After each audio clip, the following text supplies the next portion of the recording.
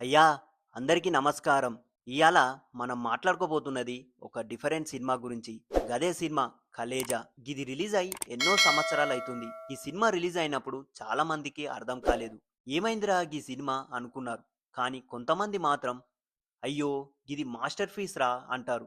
మరి ఎందుకు కొంతమందికి గీ సినిమా నచ్చలేదో ఒక కారణం క్లియర్‌గా చూద్దాం.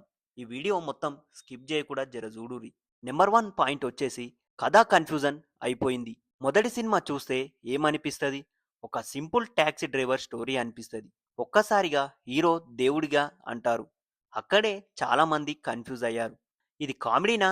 ఫ్యాంటసీనా? లేక భక్తి సినిమానా అని అందరూ తల పట్టుకున్నారు. స్టోరీ ఐడియా కొత్తదే. దాన్ని క్లియర్‌గా చెప్పలేకపోయారు. రెండో పాయింట్ సినిమా చాలా స్లోగా పోయింది బాస్. ఫస్ట్ హాఫ్ చూస్తే మంచి కామెడీయే ఉంటుంది. టైం పాస్ అవుతుంది. కానీ అసలు కథ ఇప్పుడు స్టార్ట్ అవుతుంది.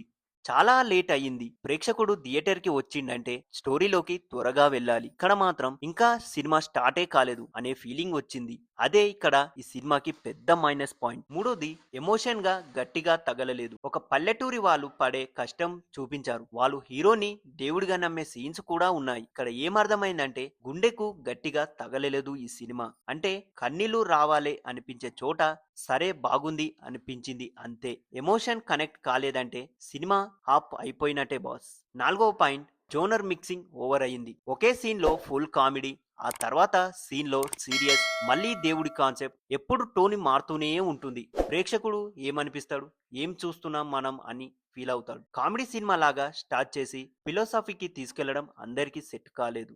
అందుకే ఈ సినిమాలో బ్యాలెన్స్ మిస్ అయ్యింది. ఐదోది అంచనాలు ఫీక్లో సినిమా డిఫరెంట్.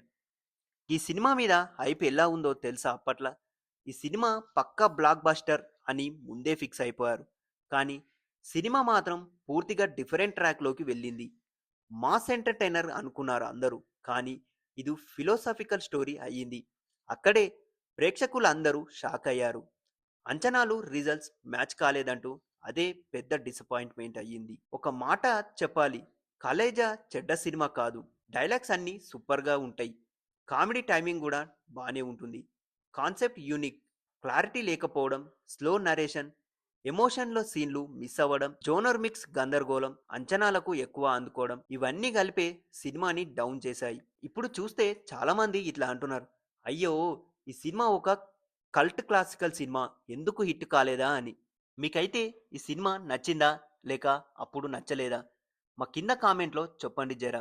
ఇంకా ఇలాంటి సినిమా విశ్లేషణలు మరియు మూవీ రివ్యూలు, తెలుగు సినిమా న్యూస్ల కోసం మా 70mm పోస్టర్ ఛానల్ని జర సబ్స్క్రైబ్ చేయండి. జర మీరు మా ఛానల్ని సబ్స్క్రైబ్ చేసి మమ్మల్ని ఆదరిస్తే ఇంకా మంచి మంచి వీడియోలు నేను చేస్తాను.